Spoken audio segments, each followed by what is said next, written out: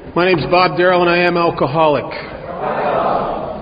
Through the grace of a God that I was afraid to believe in, who I found out's crazy about me and obviously has no taste, the 12 steps of Alcoholics Anonymous as they were outlined in this book, good sponsorship, committed and dedicated home group, commitments in the fellowship, and bushels and loads of newcomers. I haven't had a drink or any mind or emotion altering substances since Halloween, which is the end of October 1978. And for that I owe AA my life. It's good to be here. I am honored to participate in the meeting of Alcoholics Anonymous. I want to welcome all the people that are reasonably new. If you're in your first 30 days or so of sobriety, I'm glad you're here. If you're in your last 30 days of sobriety and don't know it, I'm glad you're here also. And there's always a few in the room like that, unfortunately. And it's good to see people from other countries. The two guys from Sweden, I hope they didn't follow me here because I was just there and I probably stepped on some people's toes. I hope not. I am delighted to talk about something that I didn't understand. I almost died of alcoholism because I didn't know what people meant when they said surrender.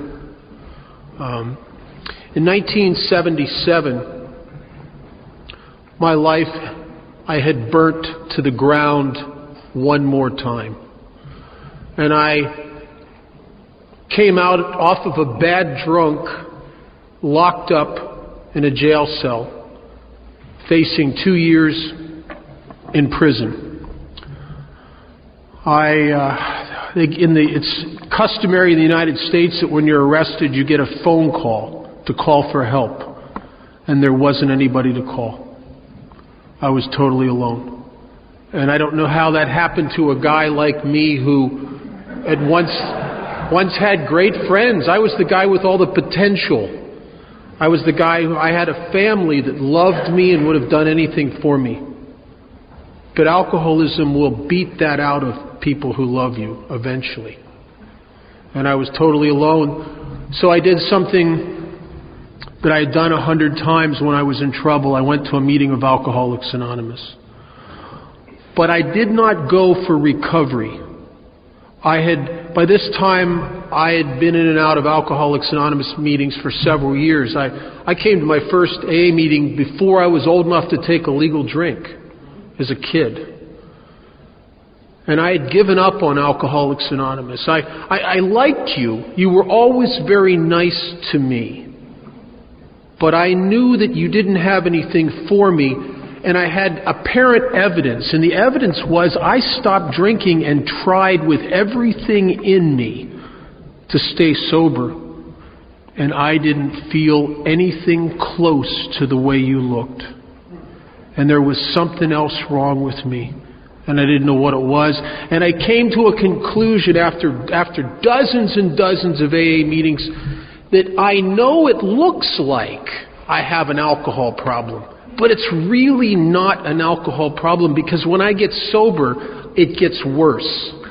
I suffer from, and I go to meetings of Alcoholics Anonymous and I watch you and you get sober and you become wonderful. I mean, you're grateful for everything, for God's sakes. I mean, I don't even like anything, really. So I've given up on Alcoholics Anonymous. You're nice people, but you don't have anything for me, really. And I had spent years with psychiatrists, years taking medications, years in treatment centers, long-term, short-term, churches, everything there was to do, and I didn't know what to do. And here I am, I burnt my life to the ground one more time. And I went to an AA meeting, and I didn't go for recovery, I went for cigarettes. And that's the truth. And I'm in this meeting, and there's this guy who's a solid member of Alcoholics Anonymous named Woody, and Woody's bringing a meeting in there. And Woody, I don't like Woody. Woody is one of those, first of all, Woody is one of those guys that got sober and has the big house and the brand new car and the wife and the children and the great job. He's so happy. He's grateful for everything. And he just can't help but want to rub it in my face. And I don't like Woody. Woody is creepy to me. Woody is something I don't understand. Woody is happy and sober at the same time, for God's sakes. I don't get that. I don't even like people like that. They creep me out because I stopped drinking and abstinence feels like I'm doing time. And I put up with it until I can't put up with it no more. And here comes Woody with his minions to come in here. He's with his pack of do-gooders to try to fix us. And I knew Woody, but I knew Woody had a lot of money. And I needed somebody to get me out on bail. And so I went up to Woody and started talking to him, and he was willing. He said, I'm here to help you, kid. So I explained to him I needed him to put his house up so I could get out on bail. And you know, these people in AA are hypocrites. They say they want to help you until you explain it to them. And then when you explain it to them, they don't want to go. They want to do something. He wants to give me a big book and help me with the steps. I don't want a big book. I want out of here. They don't want to get me out of here. So I got a little pissed off at him. I got a little bluster. I said, I don't need your help. I'm going to beat this. I'm going to get out of here. I'm going to get in a good recovery house, not like that one that took advantage of me. I'm going to get in a good one. I'm going to get some of that government money. I might go to school. I might be a doctor. I might be a lawyer. And Woody's looking at me and he's shaking his head and he's laughing at me. He's laughing. He says, kid, who are you kidding? You're not going to do any of that. Kid, you're not even going to stay sober. You're probably going to die of alcoholism because you haven't hit a bottom and you haven't surrendered. And I didn't say nothing to Woody, but I was angry at him. I thought to myself, how dare you say that to me? That's the most negative thing I've ever heard. Where's the AA love? I mean, I don't need that negativity. I need positive reinforcement here. Haven't hit a bottom. You with your big house and your good job. You don't know nothing about me, Woody. Haven't surrendered. Surrendered what? There's nothing left of me. A couple years before, I had things I could have given up. I had a good job at one time. I had a pretty girlfriend. I had a motorcycle. I had a place to live. I even had at one time, I suspect, some self-respect. But I don't have any of that anymore. There's nothing left. And I didn't say any of that to Woody because I don't know how to talk to people when I get sober. I just get locked up in my head. But I thought all of that. And I couldn't sleep that night, spinning in my head the different things I should have said to him to make him realize how wrong he'd been saying that to me. And I had no idea what he was talking about when he said that I hadn't surrendered. I thought, oh my God, I can't lose it. There's nothing else to lose here. But Woody was talking about one thing that I have to give up. And I didn't understand what it was. I couldn't get my mind around what he's talking about. And there is only one thing that any alcoholic ever has to give up. There's only one thing that stands before me in all the abundance and wonderful things that God would give me.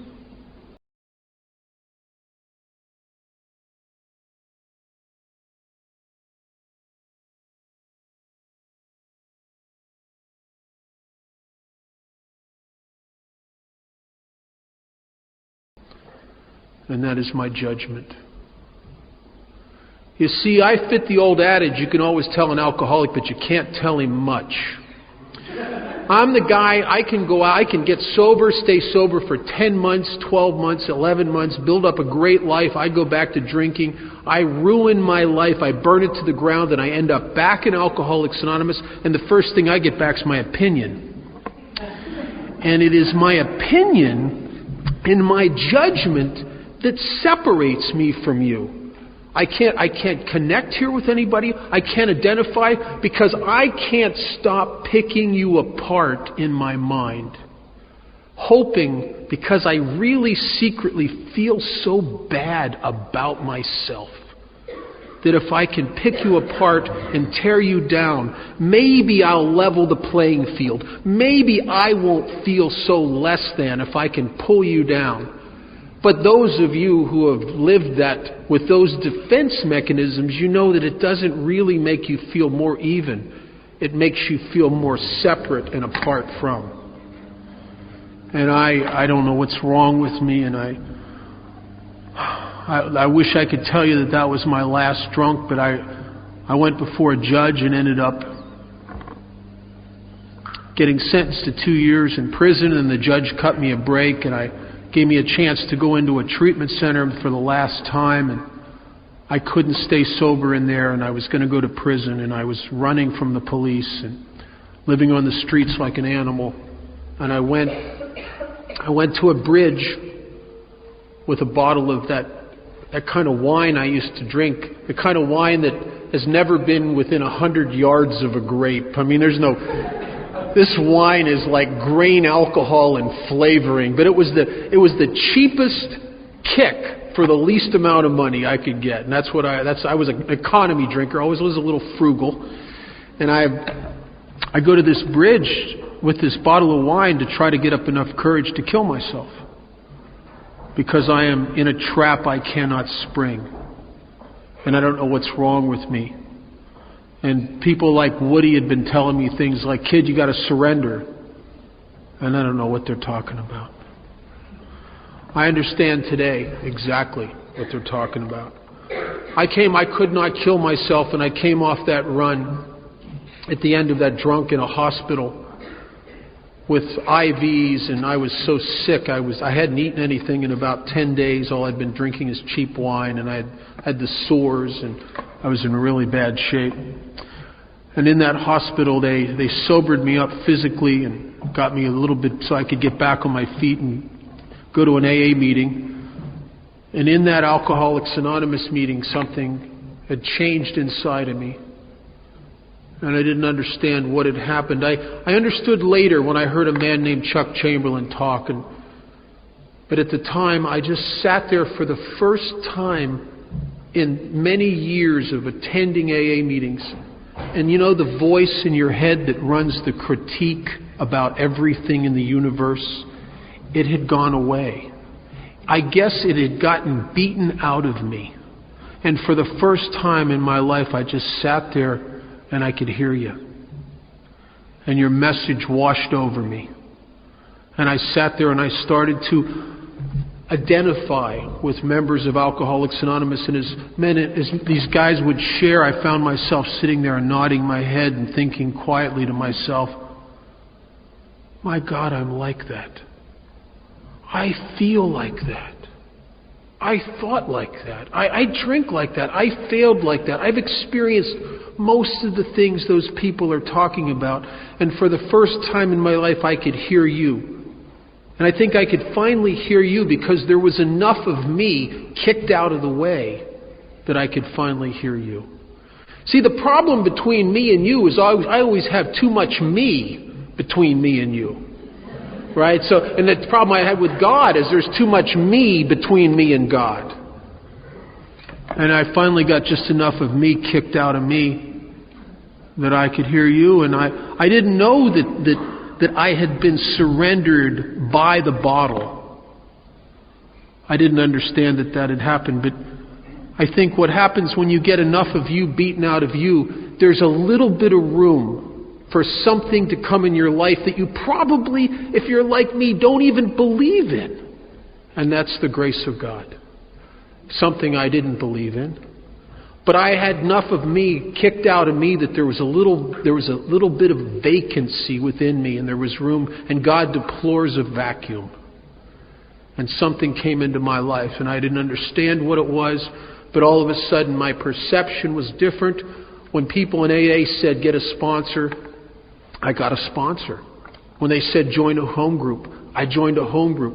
When they said, start getting on your knees and praying every morning and every night, it was crazy. I don't even believe in God, and I started doing that. And I don't even believe in God. But I'll tell you what what my experience is. And I think I was surrendered by the bottle. But Dr. Harry Tebow, who is mentioned in AA Comes of Age and who was very instrumental player in the early days of Alcoholics Anonymous, he helped Bill Wilson a lot. And Dr. Tebow talks about the amazing recuperative powers of the alcoholic ego. It's like you can be absolutely beaten to your knees. You can be completely surrendered to the point where I don't know anything. Help me. I'll do whatever you say. And 3 weeks later, no thank you. I know what I need and I know what's wrong with you. Right? It grows back like a bad tumor. I mean, it doesn't, you could have it beaten out of you and it just grows back. And that was exactly my experience. Incrementally, bit by bit, I started being consumed with myself again. And I don't even know that that's happening to me. I don't even know that I'm starting to suffer from untreated alcoholism, which the book says the root of this trouble is selfishness, self-centeredness. I don't know that I'm getting back absorbed in myself, in my feelings, in my life again. But that's what's happening to me. And I don't even know that I'm becoming the center again. And it didn't happen overnight. It happened very incrementally and slowly. And I started to suffer again from depressions. And they look like clinical depression, but it's not. Even though if I was a psychiatrist and I was diagnosing a guy like me, I would probably come to the conclusion this guy's clinically depressed. But do you know why I know it's not clinical depression? Because the treatments that are effective for clinical depression don't work on me. But the treatment for spiritual depression does. And I didn't know that it was the depression of a person that just gets so much of himself on himself that I start to smother my very being, my spirit, with myself. And I suffered from terrible depression. The only thing that saved me from myself was a lot of 12-step work and a lot of activity in the fellowship of Alcoholics Anonymous. And I want you to know that I got sober in a city and at a time when people were not into the big book. And that there was no one in Las Vegas back in those days that could tell you how to work the steps out of here, unfortunately. But the Buddhists say that when the student's ready, the teachers appear. And I was so involved in service and in Alcoholics Anonymous and committees and conferences as if I could outrun my alcoholism. And in that, I was introduced to some guys who understood this book. Guys like Don Pritz, who in my early sobriety became a close friend, and guys like Charlie Parmby and Joe McQueenie, and gentlemen who, through the dark ages of Alcoholics Anonymous, when everybody was trying to work the steps out of the 12 by 12 and had lost contact with the big book, little pockets around the United States where they kept this alive. And they say the student's ready, the teachers appear, and I hungered for something different. Because I knew that if something didn't change, eventually I'm a dead man. I don't know how long I can suffer from untreated alcoholism until I drink again. I don't know. Chuck Chamberlain used to say that if you're a real alcoholic and you do not have a spiritual awakening, there will eventually come a time where you can't put anything between you and you. And you get to a point that 15, 20 meetings a week aren't enough anymore. You get to a point where the only time you're okay is when you're on a 12-step call, and the minute that's over, you're back to being you again. There's a time where you can't, the shine of everything that you've been using to fix yourself is worn off and there's nothing left. And I was 4 years sober before I got to that place. And I didn't know that what had happened is that I had become unsurrendered. I got a foothold in Alcoholics Anonymous by something that had happened to me. I didn't do it. I had just gotten enough of me beaten out of me to have an infusion of grace that carried me for about 4 years in Alcoholics Anonymous, combined with a lot of 12-step work. But I had got to the place where I couldn't put anything anymore between me and me. But by this time, I had become friends with some people that had showed me how to do this process in this book, and I had gotten humbled by the emotional pain of my sobriety. You know, one of the great contributors to Alcoholics, two of the great contributors to Alcoholics Anonymous, one of them was a guy named Carl Jung, who was a great psychiatrist. He's mentioned in our big book. He's the guy that Roland Hazard went to. And the other guy is the first book Bill Wilson ever read when he got sober was The Varieties of Religious Experience, written by William James. And both of those gentlemen said the same thing a different way. But what they both said is that spiritually ill people, ego-driven people, have an absolute inability to observe or listen to hear or see anything new. They only are capable of observing or listening to see how they are already right. Right? And that's the problem. As I'm getting sicker and sicker, I'm more right about stuff. I'm more judgmental. I'm more opinionated. And I don't know that that's the ego growing back like a bad tumor within me. But I had another surrender, and I went back through this process. And, you know, oddly enough, I spent from the time I was about 10 minutes... I took my first third step when I was about 10 months sober. And I took it by reading that prayer on page 63 out of the big book, on my knees with another member of Alcoholics Anonymous.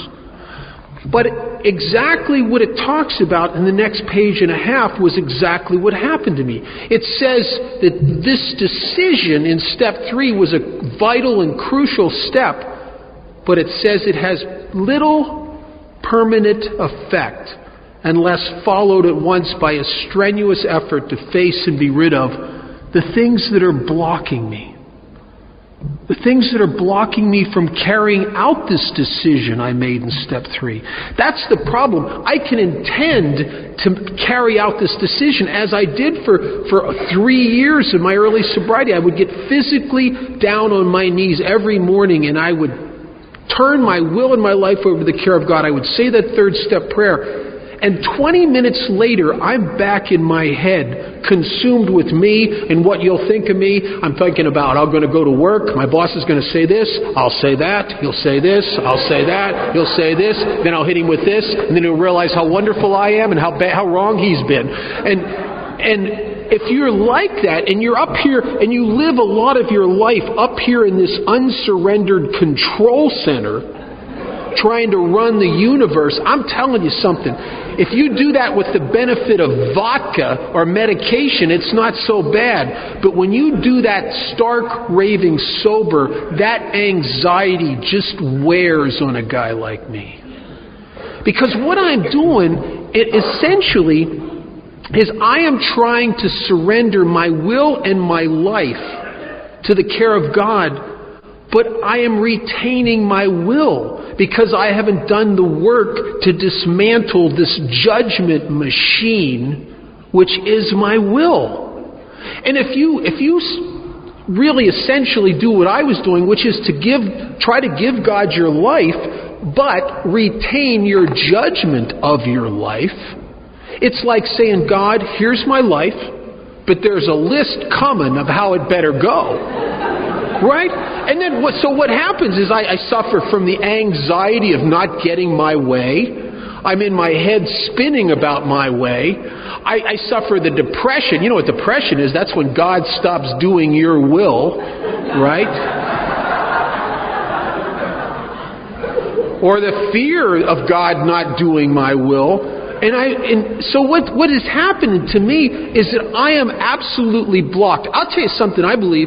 I think you could keep your life if you could surrender your will. You know, as a result of Alcoholics Anonymous, I've gone back and revisited the religion of my childhood. And what I've discovered as a result of these steps and the awakening that I've obtained through the steps is that a lot of things that never made sense to me start to make sense to me now. I am not the guy that's at odds with those religions anymore. As a matter of fact, every religion from Buddhism to Hinduism to Islam, I can look at their literature and I can see pieces of my own spiritual experience in those ways of life. Because I'm awake. And what I woke up to, I started looking back at the religion of my childhood, and there's a story in Genesis, in the Bible, and I am not a biblical scholar, so there may be people in this room that could fine-tune what I'm saying or whatever. But most of you are familiar vaguely with the story of Adam and Eve. And God created the heavens and the earth, and He created Adam and Eve, and out of his rib created Eve, and they were placed in this thing called the Garden of Eden, which was literally heaven on earth. It was paradise, and it was perfect. And they were given one suggestion, and the suggestion is, you probably shouldn't eat from this one fruit from this one tree, the tree of the knowledge of good and evil. You know, like your sponsor gives you a suggestion. Well, you probably shouldn't get in that relationship. You know, well, the minute they tell you that, it's like you're going to go. I mean, you may not have even wanted to go until they said, "Thou shalt not," and then it's okay. Here I go. Wasn't really thinking about dating her till you said that. Well, okay. Well, it's kind of like that. So according to the Bible, they ate the fruit of the tree of the knowledge of good and evil, and they lost paradise. You know what I think happened? I think that they reaped the fruit of the tree of the knowledge of good and evil, and I think they got a judgment, and they got opinions, and I think all of a sudden what had been heaven, all of a sudden they have judgment about. And I could just picture Adam going, God, this was great yesterday, but today there's flies, God. Eve's got cellulite. What were you thinking? I mean, this place is crap. What did I think yesterday? How did I ever think this was heaven? And what happened? What changed? Nothing. Except that their perspective became the perspective of the judgmental, and they lost heaven. One of my mentors was a guy named Chuck Chamberlain, and Chuck used to tell the story of sitting in this chair in his house after a long drunk. And he was married to this woman, and he was working at this place, and he felt like he was in hell, and he was dying. And years later, he sat in the same chair, in the same house, married to the same woman, working at the same place with tears in his eyes because he felt like he was in heaven. And he said, what changed? He said, maybe heaven's just a new pair of glasses. Right? What do I have to surrender here except my judgment and my opinion? I'll tell you something, this will sound crazy, especially if you're sitting here and you're in the middle of a lot of emotional pain. I will tell you something you're not going to believe. There is no pain except what comes from my resistance to accept life on life's terms. I have never had one problem since I've been sober. I have never had one difficult situation. But I've had 1,000 times that looked like it. Right? That it looked like it. And what's really the problem here? The problem is me. And my perception of things. That little voice in my head, something happens, it goes, oh, this is awful. Well, maybe it is, and maybe it isn't. Maybe it's not awful. Maybe that's just my judgment of it. How many, what's the worst thing that most of us thought could ever happen to us before we got sober? That we'd find out we were alcoholic. What's the second worst thing that we found out we ever thought? That we'd have to go to someplace like A&A. What are the two greatest things that ever happened to us? That we found out we were alcoholic and that we ended up in Alcoholics Anonymous. You see, I don't know. The Buddhists have a story that it's about the wisdom to know the most important thing is that you'll never know. And it's about this little old Chinese farmer who's very poor. He doesn't own anything except a horse. It's his only possession. And he's allowed to live on this meager piece of ground in this hut and work the fields that are owned by a lord of the land who owns the land. And he has to tie the portion of his crop for the right to live there and work the soil. And him and his only son sit there. And they work these fields day in and day out. And one day his only horse, his only possession, runs off. And now his friends and family come running over to console him, to tell him how terrible this is. You've lost your whole estate. This is awful. This is bad. And the little old man just shrugs his shoulders and says, I don't know if it's awful. Maybe it is. Maybe it isn't. And they think, you're nuts. You've lost everything. And he just keeps saying, I don't know. Maybe it is. Maybe it isn't. A couple days later, the horse returns right into the corral, leading a whole herd of wild horses. And now his friends and family and neighbors come running over to congratulate him. You're the richest man in the valley. This is wonderful. This is great. This is good. And he says, I don't know if it's good. Maybe it is. Maybe it isn't. And they look at him like, you're nuts. You don't think that's good? He says, I don't know. A couple days later, his only son is trying to break one of the wild horses, and he's thrown and he's crippled. And he can't walk and he can't work. And now his family and neighbors and friends come rushing over to console him, to tell him how terrible this is, that his only son is crippled. This is terrible. And the little old man shrugs his shoulders and says, I don't know if it's terrible. Maybe it is. Maybe it isn't. And they think, my God, this is your only son and he's crippled and you don't even think that's bad? And he said, I don't know.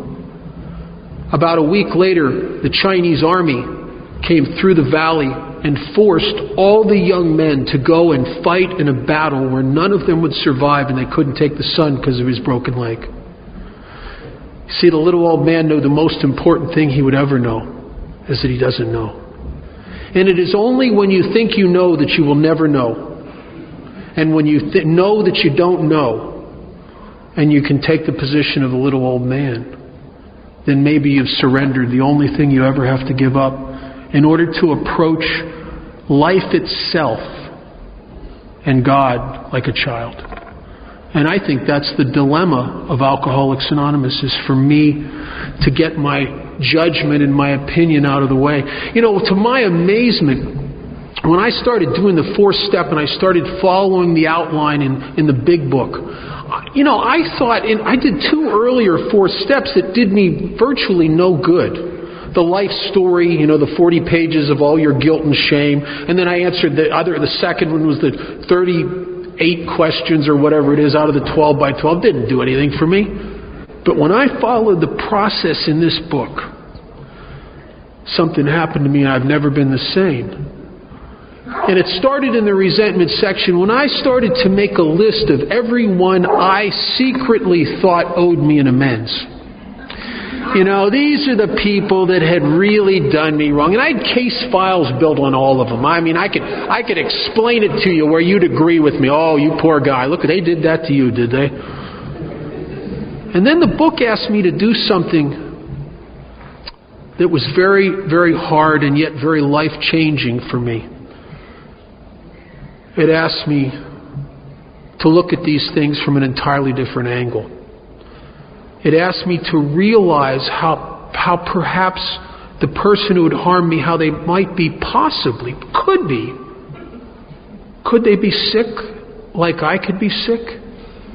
In other words, could I get off my throne of judgment enough and get humble enough with myself and honest enough and other-centered enough rather than self-centered to see myself in that person and realize, you know, I was wrong about them. That has nothing to do with me. That's me what I've built this case against is me, maybe me on a really bad day, but me.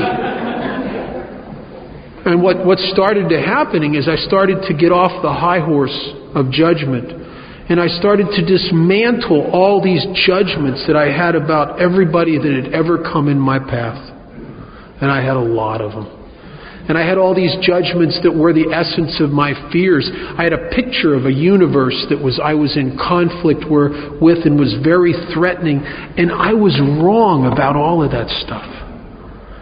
And the exact nature of my wrongs, to my amazement, was not the people I hurt. It was how wrong I had been in my perception of life itself. That I discovered that I was the source of all my conflict and turmoil. Because I had an ego-centered perception of life. I was trying to run the universe. And there's some great analogies in the book about the one about the actor running the whole show. And that's the essence of what I must surrender here. But the problem with me is that this ego just grows back so quickly. In the 10th step, there's a question in there that just bowls me over every day on page 86, where we say, were we kind and loving towards all? All? Listen, God, I'm kind and loving towards the ones that deserve it. It doesn't say that. It doesn't say, were you kind and loving to the ones you're kind and loving to? Or are you kind and loving towards the ones that are kind and loving to you? Or are you kind and loving towards all? And what I realize is that every single day I've unsurrendered myself to some degree and created conflict and judgment once again between me and some of the people around me. That I'm not always kind and loving towards all. And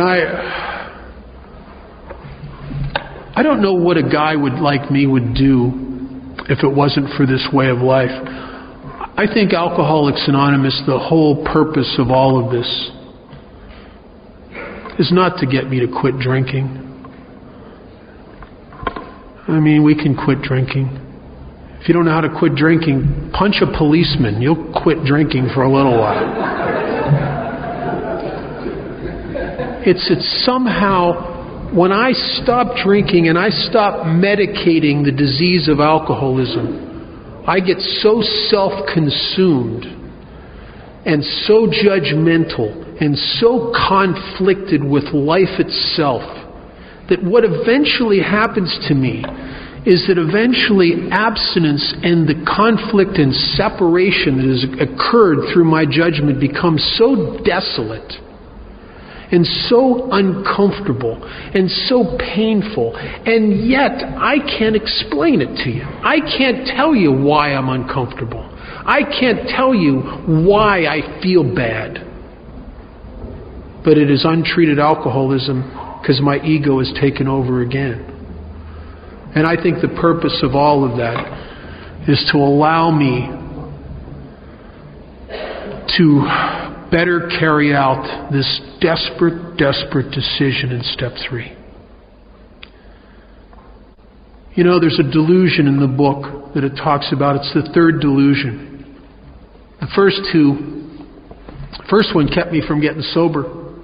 The second one almost took me out after a long time in sobriety. And the third one has kept me from ever being happy here. And it says, aren't we victims of the delusion that we can wrest satisfaction and happiness out of this world if we only manage well? And the reason that is a delusion is that I'll tell you something, I don't think there's a demographic, a group of people on this planet that have ever spent more money, more time, more energy, and more effort, and more focus on trying to make themselves happy and satisfied as we have. I mean, let's face it. What do you think about the first thing when you wake up in the morning? Me and my day, and right? It's not like and the end result of all of this obsessive effort to make us satisfied and happy is some of us have been thinking about killing ourselves. Some of us are so uncomfortable on this planet as is that we have to drink or maybe go to a doctor and take something. Absolute failure at wresting happiness and satisfaction out of this world by managing well. And when I was brand new in sobriety, a guy came up to me after a meeting, and he said to me, he says, Bob, he said, you need to take step 3. And I looked at this guy, and I looked at the step 3 on the wall, and I said, Joe, I can't take step 3. And he says, why not? I said, well, I don't understand God, Joe. I don't even know if I believe in God. I don't know. I mean, I'm praying, but I don't really know. He said, you don't have to believe in God to take step 3. I said, Joe, it says on the wall, we made a decision to turn our will and our lives over to the care of God. He said, listen, kid, in your case, if you'll turn your will and your life over to this chair, and he points to this chair, he says, I guarantee you an instant miracle. Really? I said, okay. I turned my will and my life over the chair. What's the miracle? He says, well, the miracle would be your life would no longer be in the hands of an idiot. And I didn't even get my feelings hurt. I just thought, yeah, that'd be right. Yeah. Because if you would have followed me around the last couple years I drank and followed me around the first couple years I was sober, and you were to watch me, the jobs I kept going through, the people I kept stepping on their toes and didn't mean to, the broken relationships, the financial disasters. I had this knack for snatching defeat out of the jaws of victory every single time. If you'd have watched me over those years, you would have easily come to the conclusion that whoever is making decisions for this person is out to destroy him. And yet, in here, where I live, all my actions make sense to me. That's the frightening thing about alcoholism. I have a reason or a justification or an excuse for everything that happens, and it's never really my fault. If they wouldn't have, but it is. And I've had some great mentors. There was a guy named Dale who died of cancer back in the early 80s with long-term sobriety, and Dale got in my face one day and he said to me, he says, listen, kid, this gruff guy. Gruff, no appreciation for my sensitivities. Gruff guy got in my face. He says, listen, kid. He says, I'm going to tell you some couple things, and if you can buy this, it'll save you a lot of grief. He said, kid, if you're explaining something, if you're defending something, if you're rationalizing or justifying something, kid, I want you to know you're wrong. Because you never have to explain, defend, justify, or rationalize what's right. You know, they say the truth will set you free, but I'll tell you it'll ruin your day first. And Dale was absolutely right. And it's been probably 27 or 28 years since he told me that. I have never found an exception to that yet. It's the same thing it talks about in the 12 by 12 in step 10. It says it's a spiritual axiom, which means something that is true under all conditions. It's a spiritual axiom that when I'm disturbed at all, no excuses, no rationalizations, period, at all, no matter what the reason, no matter what the cause, there's something wrong with me. Because I am the source of my separation, I am the source of my conflict, and I am the source of my judgment. And I must surrender self, because what happens is I get too much of me between me and God's universe.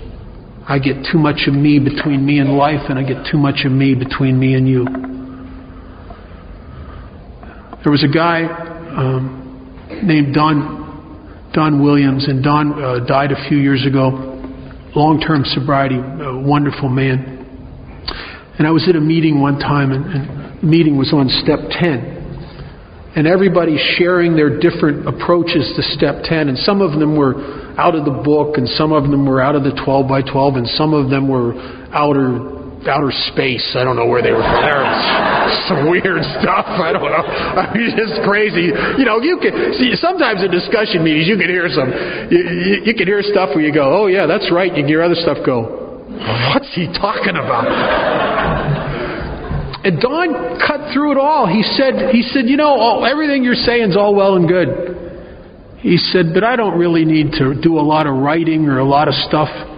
He said, I simply have to look around me, where I work, in traffic, out in public, in AA, and in my family, and look around me, and if what I see is a lot of people that are struggling with a lot of the same stuff I struggle with, the insecurities and the fears and the frustrations of life, but I see myself in them. And I said, you can bet that I am in good spiritual stead.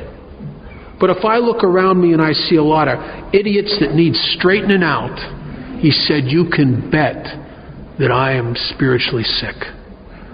And I can measure my distance from God. I can measure my distance from the decision in step 3. I can measure my distance from surrender by measuring my distance from you. That's why in the big book, it's in Bill's story, he says something that's remarkable. He says, unless the alcoholic can enlarge his spiritual life, and he doesn't say through what you would think. You would think he would say through prayer and meditation, or through reading spiritual literature. He says, unless the alcoholic can enlarge his spiritual life through self-sacrifice and constant work with others, he will never survive the certain trials and low spots ahead. Certain means you feel wonderful today and everything's going your way. The trials and low spots are coming. They're coming. And unless you can enlarge your spiritual life, and by two things, self-sacrifice. In other words, I have to set myself aside to serve or surrender to a greater purpose than myself. We call it in Alcoholics Anonymous our primary purpose, number 1. And it's not me. It's to help another alcoholic who still suffers. In the long form of the tradition, it says it's our primary spiritual aim. That means that's the target, is to help another alcoholic. And I think every alcoholic that I have ever met, I am absolutely convinced that we are compelled to serve something. We will either serve ourselves, and if you've been doing that for a while, I have one question for you. How's that working? Or we will serve a power and a set of principles and a purpose greater than ourselves, or other than ourselves. But the alcoholic must stop serving himself. And that's how Alcoholics Anonymous is. That's how I've been able to actualize this surrender in step 3. Is that I clear away the judgments, the resentments, the fears, the things that, as it talks about in step 7, that stand in the way of my usefulness. It doesn't say, you were not asking God to take away the things that stand in the way of me being happy, that stand in the way of my usefulness, so I can claim my purpose and surrender to this purpose. This is my primary spiritual aim, is to help other drunks. It's not to help me. It's to help other people. And then oddly enough, when I claim that purpose and I live this ethic, and I want you to know, I have never done this as well as I'd like to. But I am comfortable and secure in the knowledge that no one among us has been able to maintain anything like with perfect adherence to these principles. But I'll tell you what I believe must happen. I don't know that I ever have to be surrendered completely. but I better damn well be in the zip code. You know what I'm saying? I better at least be in the area. Because what happens to me if I'm not is I get me back on me again. If I start serving myself, I will once again become the guy that's prone to depression and anxiety. I'll be once again the guy that's judgmental and conflict with everybody else. There's a description of Alcoholics Anonymous in the back of the big book in a little obscure section called The Medical View of Alcoholism. And it's a description of AA that was coined on a radio address by a Dr. Bill Baer, who was not an alcoholic. And in the mid-1940s, Alcoholics Anonymous had gotten a lot of notoriety in the United States. We were on the horizon for the Lasker Award, which didn't occur for about a half dozen years, but we were people. There was a lot of magazine articles about us. There was a lot of famous people getting sober in AA, and we were getting a lot of attention. And so Bill Baer went to a few meetings of Alcoholics Anonymous, and he read some of our literature to make an address about what he thought AA was. And part of that address is reprinted in the back of the big book in the Medical View of Alcoholism. And I'll tell you something, I don't think there's ever been a description of us that is more accurate than what this non-alcoholic came to just visiting us. And Bill Baer in the back of the book says, he says, we are not a temperate society. And that's true. We're not fighting alcohol. We know alcohol never was the problem. The problem was alcoholism. If alcohol was the problem, then everyone who drank would end up like we ended up. But we all know many people. We're actually a very minute minority in this world, those who suffer from alcoholism. Most people, I know it's hard for us to think that because we think everybody's like us. But really the truth objectively is most people don't have alcoholism, and they can have a glass of wine at dinner and it's fine. We're not a temperate society. We're not a temperance movement. And he goes on to say, we're not crusaders. Well, that's mostly true. There is a phase some of us go through, but usually we get through that and become kind of more surrendered members of AA. And that's essential to get through that crusader stage.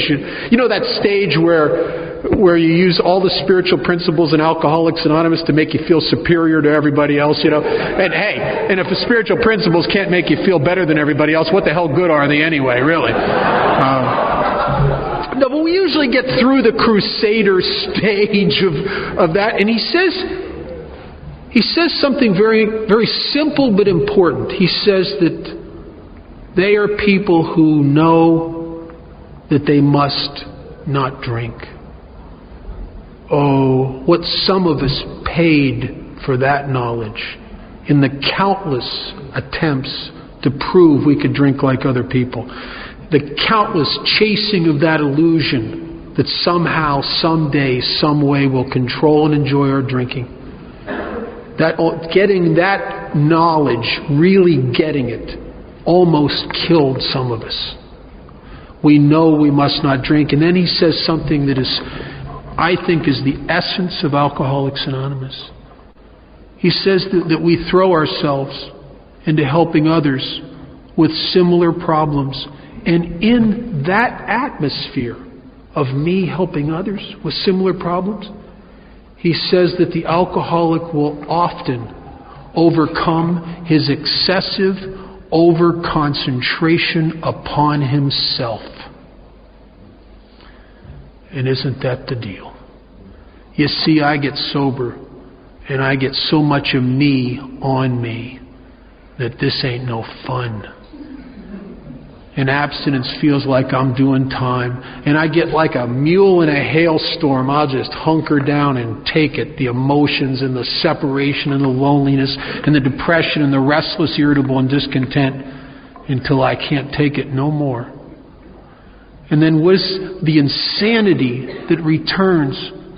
That crazy thinking after everything that alcohol has done to me, that I could possibly think that it's going to be fun again, when all the evidence of reality is it hasn't been fun for years. and I will try it one more time. Why? Because I have a yearning, and the book calls it an insistent yearning to enjoy life as I once did. And then this heartbreaking obsession that some new miracle of control. This time it's beer only. This time I will use a little diet pills with the drinking so I won't black out. Or a little bit of cocaine with the drinking so I won't get in as much trouble. Or I'm not going to drive. Or I'm going to take Joe with me and Joe will watch my back. That way I won't get in trouble. Or I'm going to drink on a full stomach. Or I'm not going to drink that place anymore. That's a bad place to drink. And what I start to sell myself a bill of goods. Or you know what happens today in Alcoholics Anonymous in 2007? What I see a lot. Members of Alcoholics Anonymous sober 15 years, 5 years, 3 years, 25 years. Men and women who know beyond a shadow of a doubt that they can't drink.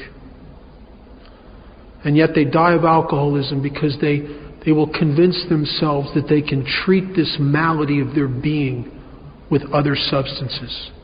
I can't tell you how many real alcoholics I have seen die from alcoholism and they never took a drink.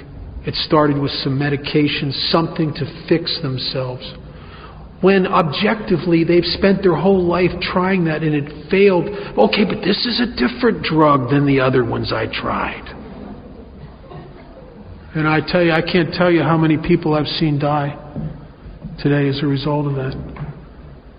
I have to have a spiritual solution. My being must become different. And I can't do that. My only hope is to get enough of me out of the way that some power that's behind the curtain of the universe will come into my life and change some things in me that I cannot change, that no human power could change. And I know because I've tried. I've tried everything there was to try. And that is so that I can get up one more day and realize that it's not about me. I've been given a purpose. I've been saved from the abyss, and I think to some of us much has been given, but much is expected. And I have a contractual agreement with God. I formed it in the third step when I asked Him to relieve me of the bondage of self, and then I said to Him, if you'll do that, if you will take away these difficulties, take them away for one reason, God. Not so I'll be happy. Take them away so that victory over them would bear witness to those I would help. My primary purpose. That I would help with Thy love, Thy power, and Thy way of life. May I do Thy will always. Thank you.